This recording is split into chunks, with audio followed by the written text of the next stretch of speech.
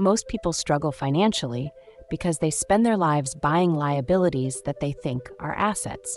They have been conditioned to believe that a bigger house, a newer car, or a high-end wardrobe are investments. This is a catastrophic logic error. In the machine-like grind, we use the rich dad definition. An asset is something that puts money into your pocket, and a liability is something that takes money out of your pocket. To reach the 1%, you must become obsessed with the direction of your cash flow. You are the operator of a system, and your goal is to maximize the number of positive nodes while ruthlessly eliminating the drains. The first principle is the cash flow audit. If you own a house that you live in, it is not an asset, it is a liability. It requires a mortgage payment, taxes, insurance, and maintenance. Money is flowing out of your system every month to sustain it. If you own a rental property that generates a net profit after all expenses, that is an asset.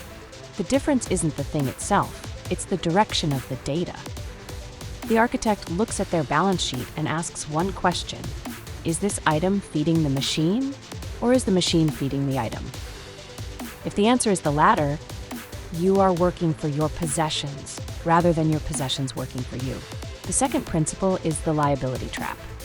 The middle class often uses their earned income to buy signals of wealth. They get a raise, and they immediately increase their liability load.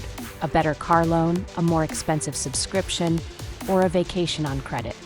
This creates a systemic drag that requires them to work even harder just to maintain their current position. The 1% do the opposite. They use their earned income to buy assets first. They only buy luxuries and signals once the assets produce enough surplus cash flow to pay for them.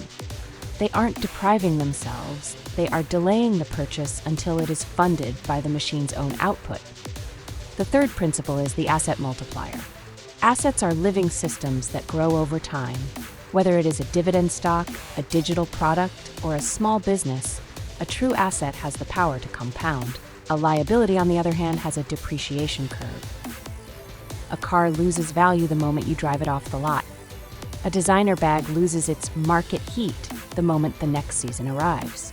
When you choose an asset over a liability, you aren't just saving money, you are buying future time. Every dollar you put into an asset today is a soldier that will go out and bring more dollars back to you. You are building a self-sustaining army of capital. The psychology of the 1% in this domain is one of absolute utility. They don't care how an item looks to the outside world, they care what it does for the architecture. They are comfortable living below their means in the short term to ensure they live beyond their dreams in the long term. They realize that true wealth is the ability to walk away from your job and have your assets sustain your lifestyle indefinitely. They define rich by the size of their cash flow, not the size of their debt-funded toys. They are the owners of the game, not the players of the spectacle. To execute the asset protocol, you must perform a balance sheet cleanse. List everything you own and categorize it as a plus asset or a minus liability.